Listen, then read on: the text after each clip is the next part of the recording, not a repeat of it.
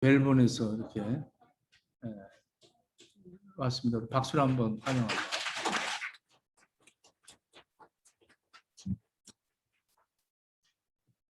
김영준 전 집사님은 이따가 아마 오후에 도착하려 합니다.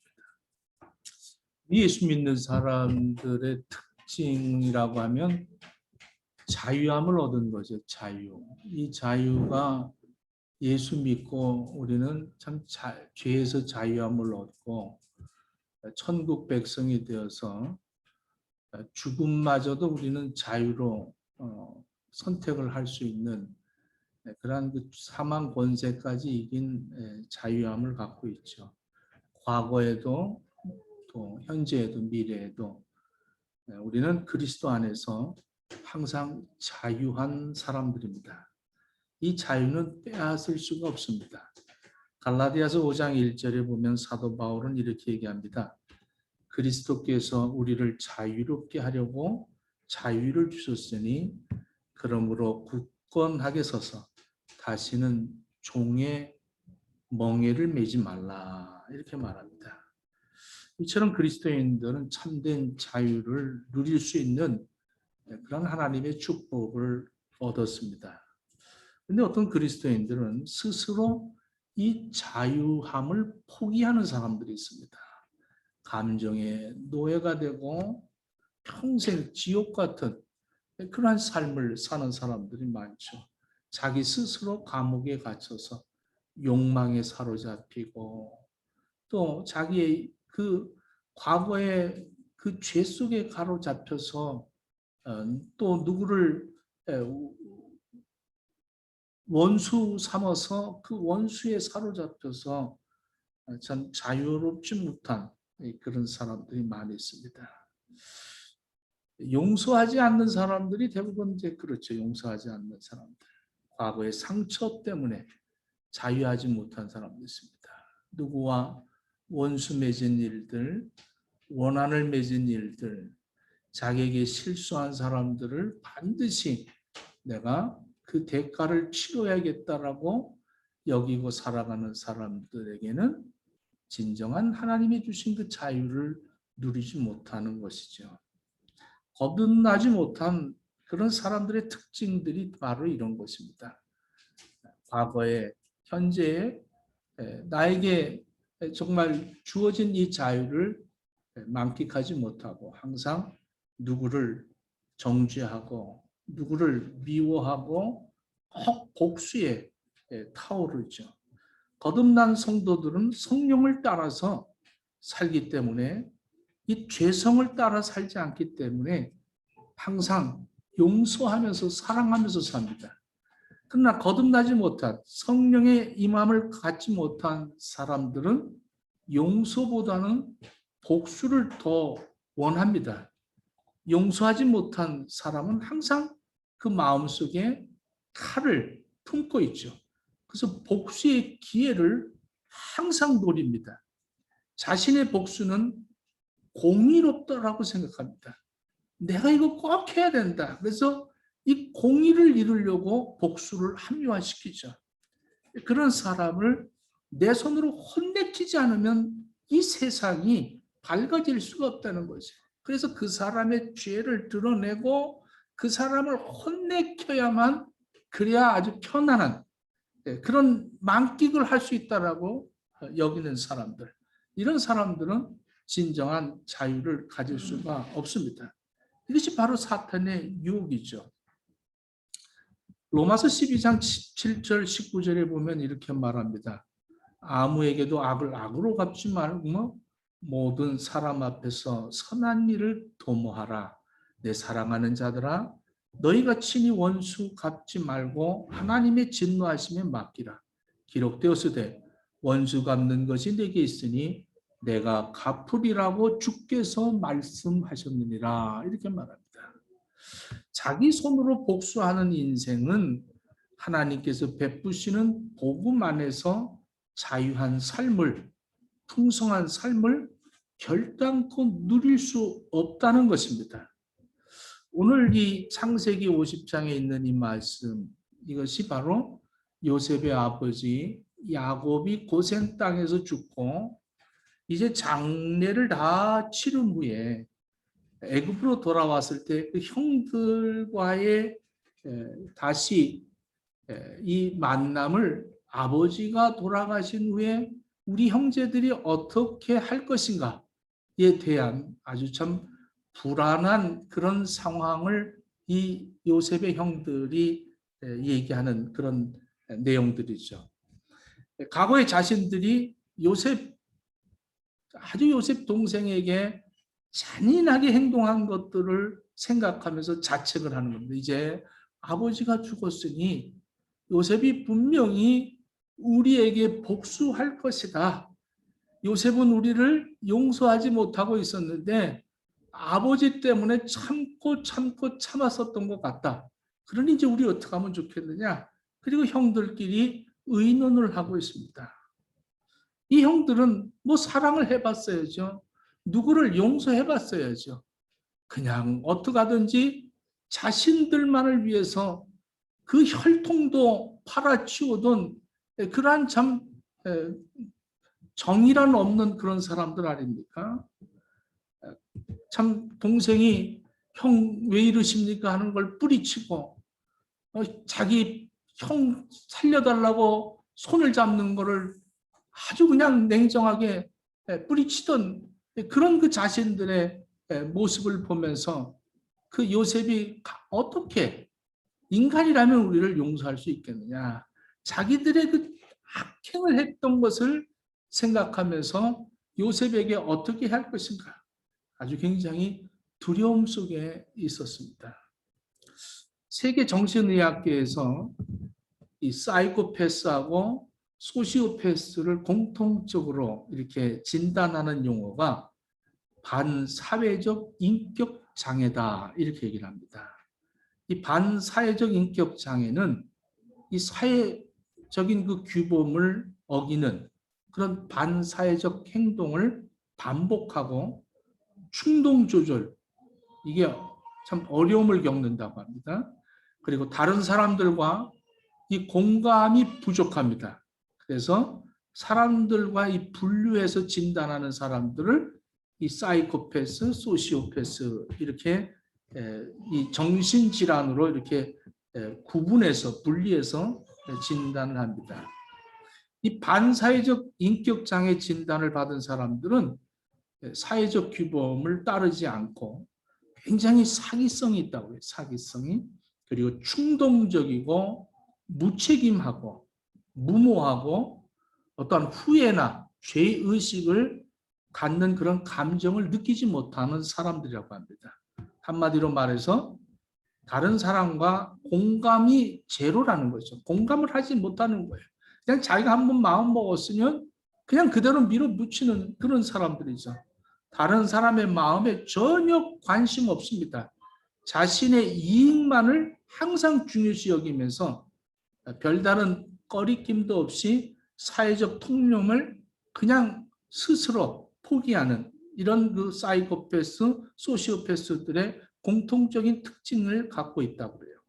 그래서 이 소시오패스는, 사이코패스는 이 태어날 때부터 이 사이코패스로 나는 사람이 있고, 소시오패스는 후천성이라고 해요. 그래서 부모에게 어떠한 배신감을 느낀다든가 가정의 어떤 풍파로 인해서 자라날 때 그 성격도 자라는데 성격 성장에 어떠한 문제를 갖게 되기 때문에 이런 그 소시오패스, 사회에 굉장히 거부감을 느끼고 아주 참 이 안티적인 그런 삶을 살게 된다고 합니다.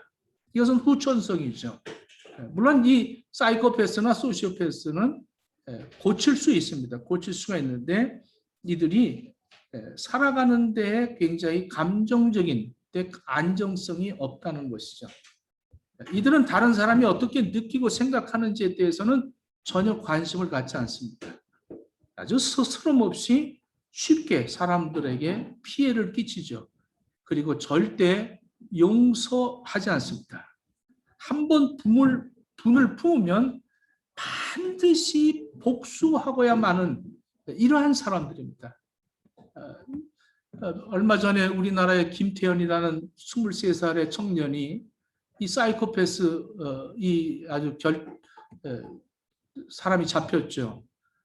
참 세 모녀를 한꺼번에 참 살인을 하고 그 시신과 같이 누워 있었다고 그래요. 이 온라인 게임에서 온라인 게임으로 만나서 사귀던 사람이 만나주지 않으니까 스토킹을 해서 결국 그 집에 들어가서 엄마와 그 딸 둘을 살인하고 같이 누워 있었다. 이렇게 한 번 자기가 앙심을 품으면 반드시 그것을 해결하려고 하는 것이 이 소시오패스, 사이코패스라는 것입니다. 용서가 없습니다. 분노 조절을 못하는 거죠. 내가 오르면 바로 그당 상대편과 어떠한 공감을 갖지 않는 이런 사람들입니다. 그러니까 사회 구조 속에서 이런 사람들이 굉장히 살기가 어렵죠. 내가 옳다면 옳은 거예요. 남의 말을 듣지를 않습니다. 그런데 이제 문제는 이것이 전 세계 2%라고 하니까 2%라면 10명 중 2명이 이 소시오패스, 사이코패스라는 거죠. 참 큰 문제는 뭐냐면 이런 사람들이 어떻게 이렇게 격리되어서 살고 있는 것이 아니라 내 가족일 수도 있고 내가 살고 있는 이웃 그들이 이 사이코패스, 소시오패스가 될 수도 있고 교회 안에도 들어와 이 사이코패스와 소시오패스가 함께 공존하고 있다는 것이 심각한 문제라는 겁니다. 이들은 애착과 이 정서 유대를 형성하는 데 굉장히 빈약합니다. 타인을 착취하거나 이용만 하려고 합니다. 아주 굉장히 대인관계에 묘하게 분장을 하죠. 묘하게 연기를 부립니다. 아주 연기를 굉장히 잘하는 거죠. 이런 사람과 만나면 결국 가정도 파탄이 되고 이런 사람들과 만나면 굉장히 많은 상처를 받게 됩니다. 이런 사람들은 용서가 없습니다. 용서가. 우리 예수님은 십자가의 보혈로 우리를 용서해 주셨는데 용서를 받아야 할 우리들이 용서를 받지는 않는 거예요. 이 사람들은 용서란 없기 때문에 용서할 수가 없습니다. 굉장히 자기들이 원하는 대로만 살고 있기 때문에 누구를 용서해 보지를 못하는 사람들이죠. 오늘 이 요셉의 형제들을 보십시오. 이 요셉의 형들을 보면 동생을 팔고도 양심을 가책을 갖지 않았던 사람입니다. 그리고 아버지한테 거짓말을 시키고 또 전혀 가책을 받지 않았던 이 형들. 정말 이들은 용서를 요셉이 해줬는데도 불구하고 요셉의 그 용서를 스스로들이 받지를 못하는 거죠. 용서해줘도 용서받지 못한다는 게 이거 얼마나 안타깝습니까? 과거에 사로잡혀서 고통을 갖고 있는 거죠. 형들의 불안. 이거 정말 아버지가 돌아가시고 이제 동생의 그 보복을, 그 복수를 당할 생각을 하며 두려워하고 있는 이 형들. 총리 대신이 된 동생 요셉은 지금 우리의 과거에 그 저질렀던 모든 죄값을 반드시 보복할 것이라고 생각하고 이들은 두려움에 떨고 있었습니다. 요셉이 참 형 살려주세요 이러는데 떨쳐버렸던 형들은 얼마나 참 힘들겠습니까? 지금. 아버지 장례 치르고 와서 참 모든 사람들이 복수의 두려움을 갖고 있는 이 형들이 바로 소시오패스, 사이코패스의 성향을 갖고 있었다는 거죠. 동생에게 우리 노예로 살자. 우리가 동생을 노예로 팔았듯이 우리가 노예로 살아야 되지 않겠느냐. 이렇게 생각을 하는 거죠. 아주 처절한 복수만을 지금 막아보려고 하는 이 형들의 모습들을 봅니다. 자신의 죄를 보고 있는 형들.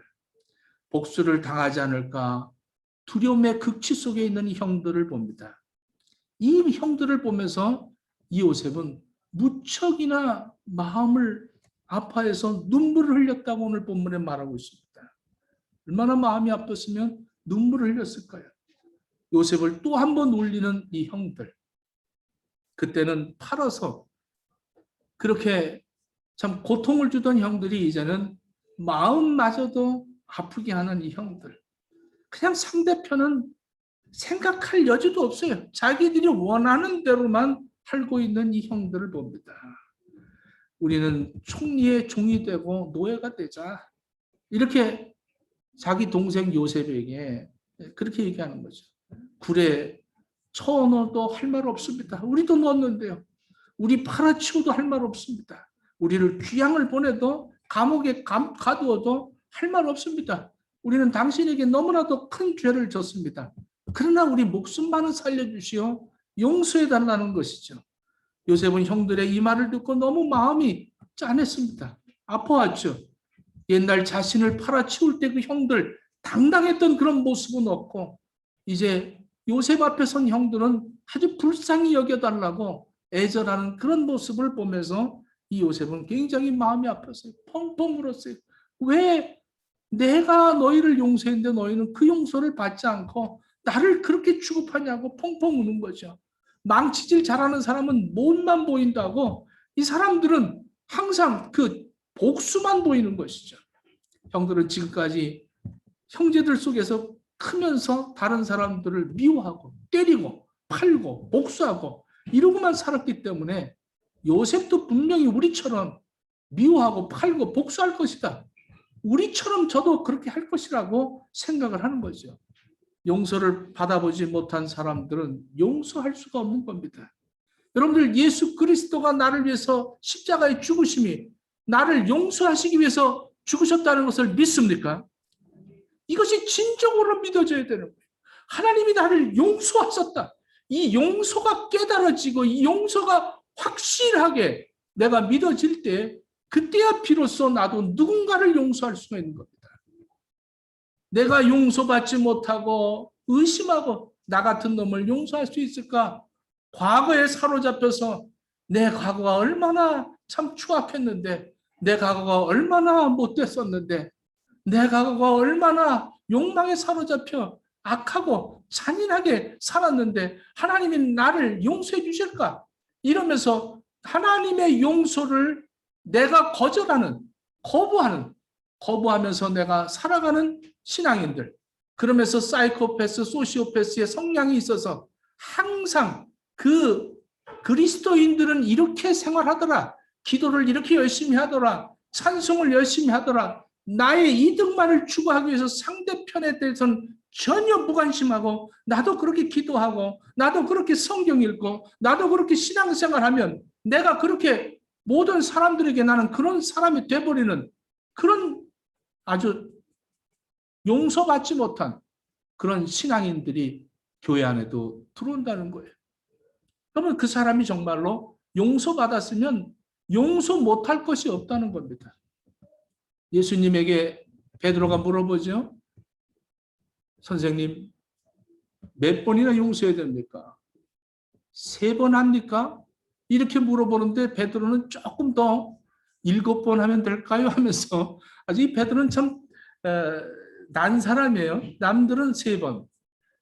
저도 가끔 보면 그래 3번은 내 용서해 줄게 이러는데 7번이라는 거예요. 7번.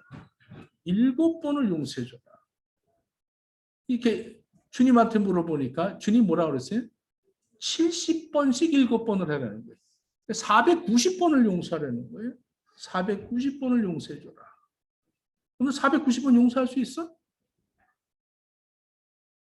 그건 용서하라는 것이 용서라면 저 사람이 너 3번까지 됐는데 바뀌지가 않는구나. 너 변하지 않는구나. 너는 안 되겠다. 넌 구지의 불능이다. 이러고 우리가 정죄할 수가 있습니다. 그런데 우리 예수님은 용서를 하면 용서한 사람이 바뀔 거라고 생각하지 말라는 거예요. 용서는 그 사람이 바뀌어지기 위해서 용서하는 것이 아니라 내가 바뀌어주는 거예요. 내가.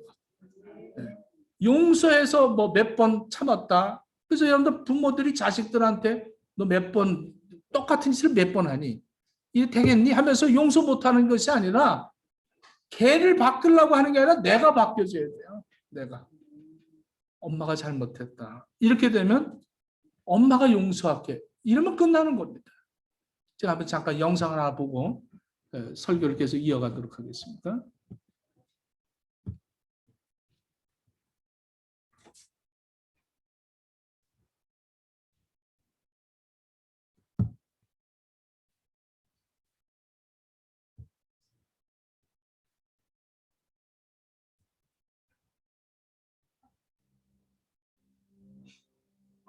November 5th, 2003, all doubt of Ridgway's guilt was erased.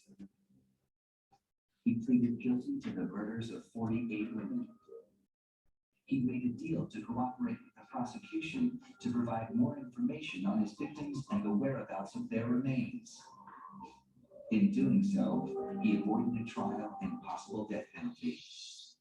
Mr. Ridgway, how do you plead to the charge of aggravated murder in the first degree as charged in count 1 for the death of Wendy Lee Caulfield? Guilty. How do you plead to the charge of aggravated murder in the first degree as charged in count 2? Guilty. Guilty. Guilty. It's like he didn't have any remorse at all for what he had done. You know, he killed so many people, he didn't remember who they were, what they looked like. I just couldn't believe that somebody could kill all those people and not remember them. Neither could the angry relatives of his victims, who were invited to speak in court when Ridgway was sentenced to life without parole on December 18, 2003. You have said your memory, when it comes to all of the women you took, was gone. Our memory is not. In your words, you said that they didn't mean anything to you, but she meant everything to us. She was a mother, she was a wife, she was a sister, and we miss her. Gary Ridgway sat there stone-faced as victims' relatives damned him and mocked him. He's an animal. I wish for him to have a long, suffering, cruel death. He's gonna go to hell and that's where he belongs. But then the emotionless facade finally cracked when the father of one of his victims appeared to surprise him with a dose of human kindness. Mr. Ridgway, there are people here that hate you. I'm not one of them. You've made it difficult to live up to what I believe, and it is what God says to do, and that's to forgive. You are forgiven, sir.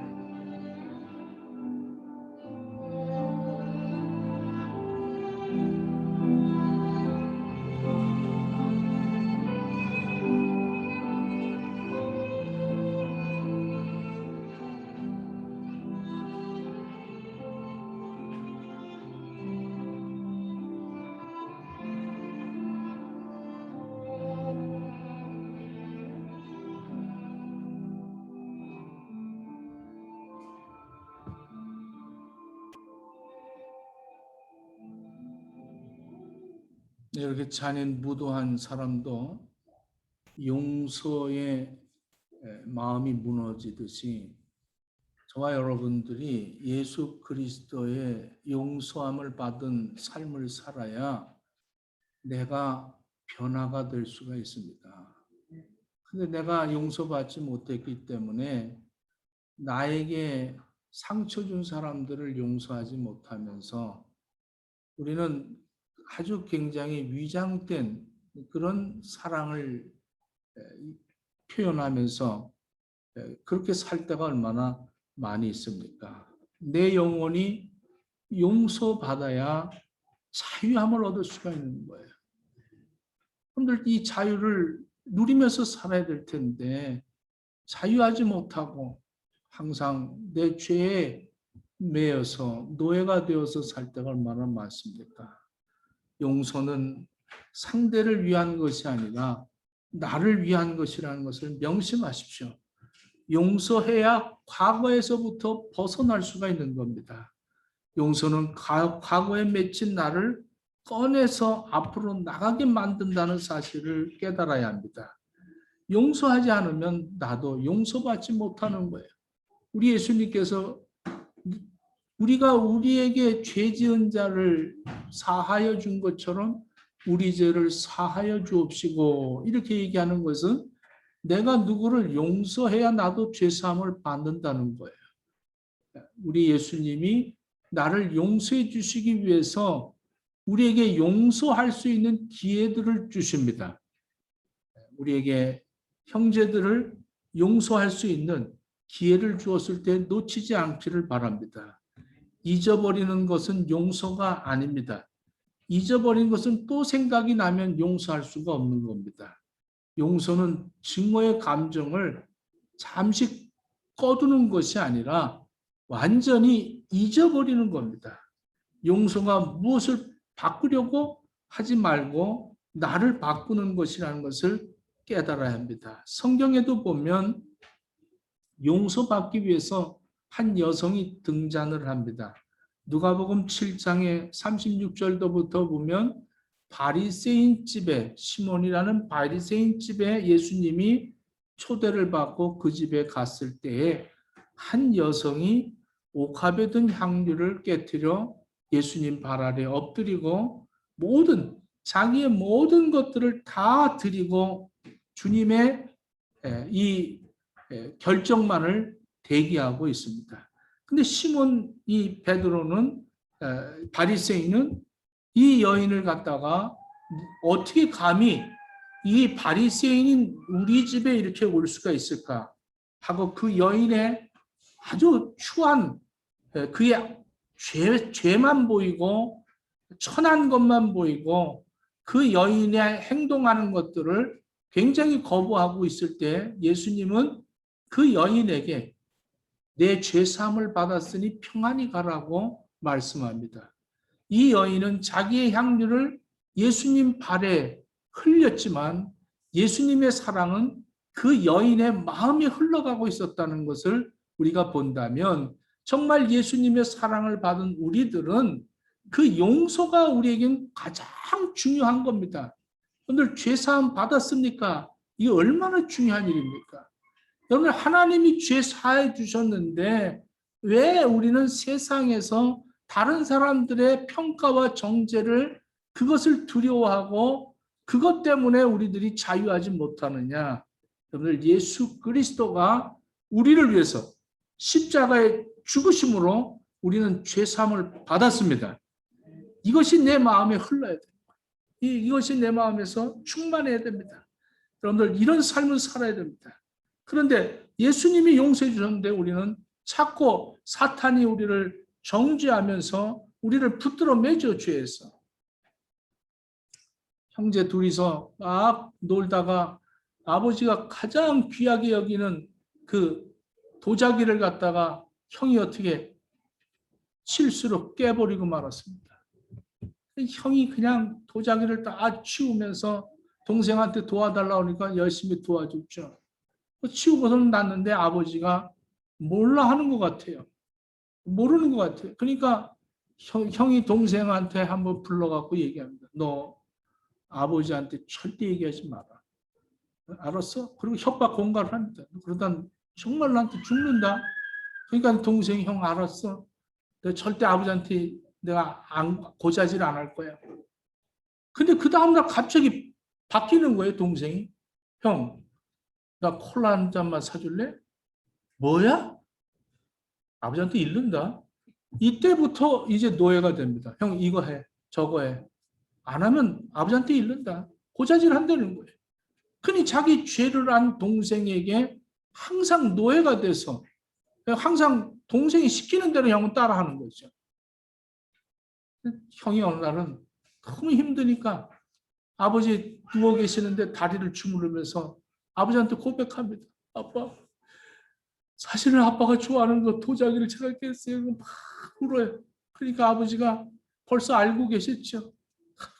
내 새끼다 너는. 역시 나를 닮아서 속이지를 않는구나. 그리고 용서해 줬어요. 그 다음 날부터 어떻게 됐을까? 동생이 형 콜라 한 잔 사줘. 못 사줘. 아버지한테 일른다? 일러. 응? 이 갑자기 왜 이렇게 바뀐 거야? 깡이 좋으네. 아버지 큰일 난다 알면 일러다니까. 여러분, 아버지가 용서했으면 끝난 거 아닙니까? 하나님이 우리를 용서해 주셨는데 왜 자꾸 옆에서 뭐 이런 죄 졌다 저런 죄 졌다. 우리도 그러잖아요. 저 사람을 위해서 하나님이 용서해 주셨는데 우리가 그 사람의 죄를 드러내려고 그러고 저 사람 나쁜 사람이라고 그러고 못된 사람이라고, 이게 전부 사이코패스, 소시오패스의 영향이 있다는 거예요, 우리에게. 그래서 자꾸 남의 죄만 보이고 정죄하고 평가하려고 그래요. 저 사람을 위해서 하나님이 저를 위해서 인간의 육신을 입고 오셔서 십자가에 죽으셨는데 이 보혈의 능력을 내가 거부하고 방해하고 내가 업신여기고 그리고 내 뜻은 옳다고 생각하고 그렇게 시행하면서 살아가는 사람들이 얼마나 많이 있습니까? 반성하지도 않습니다. 양심의 가책도 들지 않습니다. 그리고 분노합니다. 저 방금 나쁜 놈이라고, 저 왼수를 어떻게 해야 된다고 이러면서 그 과거에 매여서 사는 사람들이 얼마나 많이 있습니까? 요셉은 아주 용서의 인격을 100% 갖춘 사람입니다. 활활 타오르는 이 요셉의 용서를 보십시오. 먼저 오늘 이 본문에 보니까 형들을 위로합니다. 요셉의 용서의 방법이 우리의 방법이 되기를 바랍니다.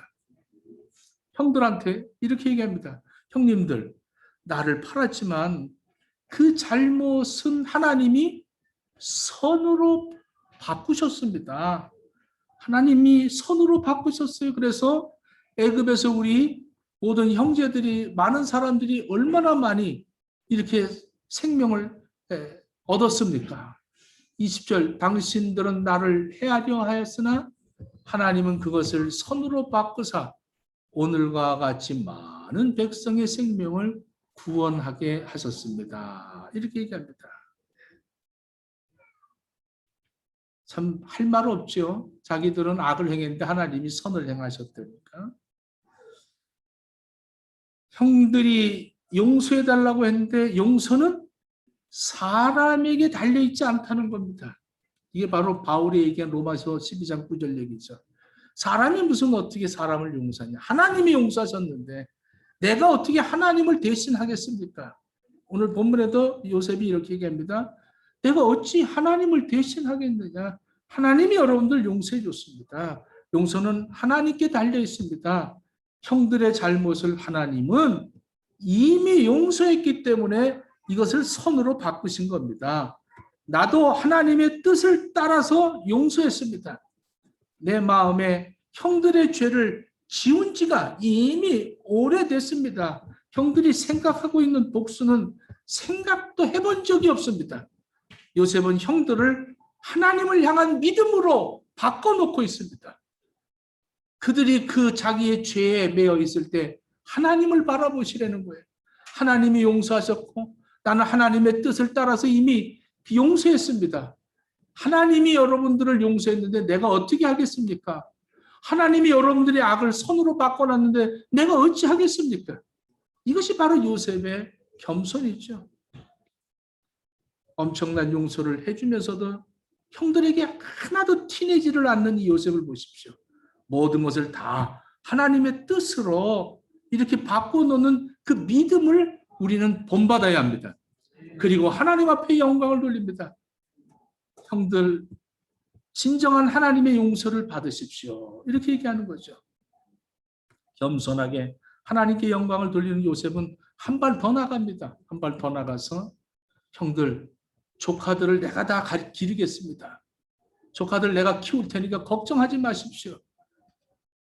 자신을 팔아치우던 원수, 복수에도 시원치 않은 원수, 종을 삼아도 노예를 삼아도 추방을 시켜도 그걸 뭐 아주 시원치 않는 그런 형들인데도 불구하고 그 형들을 위로하고 형들을 사랑으로 감싸주고 공포에서 해방을 시켜주고 한 발 더 나가서 이제는 그 형들의 자식들마저도 내가 더 여기 지금 애굽의 국무총리니 내가 더 끝발이 있으니 내가 더 잘 사니 내가 더 방법이 많으니 형들 자식들 내가 다 키우겠습니다.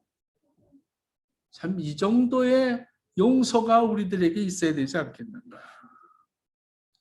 사람은 살면서 섭섭함을 풀지 않아도 그러면서 시간이 흐르면 해결하겠지 그러지만 시간이 지나도 불편한 건 불편한 겁니다. 용서는 하나님이 하시는 거예요. 앞으로 누가 나에게 잘못을 했으면 그걸 나에게만 잘못한 것이라고 생각하고 하나님이 용서해 주신 사람이니 나도 용서합니다. 이렇게 하고 용서하는 삶을 살기를 축원합니다. 우리들은 용서를 주고 용서를 받아서 풍성한 그러한 삶을 살아야 됩니다. 이것이 바로 천국에서 자유를 누리는 것이죠. 예수님의 용서를 받아야 새 사람이 되는 겁니다. 그래야 우리가 천국을 이루는 거예요. 여러분들 앞으로 이 용서라는 이 강한 힘을 가지고 살기를 축원합니다. 용서만큼 강한 게 없어요. 오늘 이 사이코패스도 용서한다는 그 한마디에 처음으로 눈물을 흘리는 이 모습이 보도된 것처럼 용서라는 거는 이거는 높은 사람이 낮은 사람에게 할 수 있는 가장 유일한 그런 특권이죠. 오늘 용서하면서 살면 그 사람보다 위에 있는 겁니다. 아들이 어느 날 들어오는데 엉망이 돼서 들어왔대요. 몸에 막 흙탕물을 흙이 막 묻고 이러고 들어왔어요. 엄마가 너 왜 그러니? 그랬지. 분해 죽겠다고 흑식거리면서 들어오더래. 왜 그러냐? 친구가 나를 갖다가 놀지 않는데 싫다고 떠밀어서 그냥 그 흙탕물에 들어갔다는 거예요. 그래서 막 옷을 벗고. 너 가만히 있었어? 엄마, 내가 가만히 있을 것 같아요? 그럼 너 어떻게 했는데? 용서했어요. 그러면서 기도하겠습니다. 하나님, 우리가 용서하며 살 수 있는 그리스도인들 되어지기를 원합니다. 가증되게 위장된 인생살이 살지 않도록 허락하시고 하나님이 용서한 사람들을 내가 용서 못해서 내가 감옥에 갇혀 그 분노의 감옥 속에서 잠 못 이루고 마음의 고통을 갖고 괴로워하며 하나님의 뜻을 이루지 못하고 순종하지 못하고 믿음에 위장된 인생 살지 않도록 오늘 이 예배를 통해서 주신 말씀을 깨달아 저들이 진정으로 하나님 앞에 용서받은 사람들처럼 살아갈 수 있도록 허락해 주옵소서. 예수님 이름으로 기도합니다. 아멘.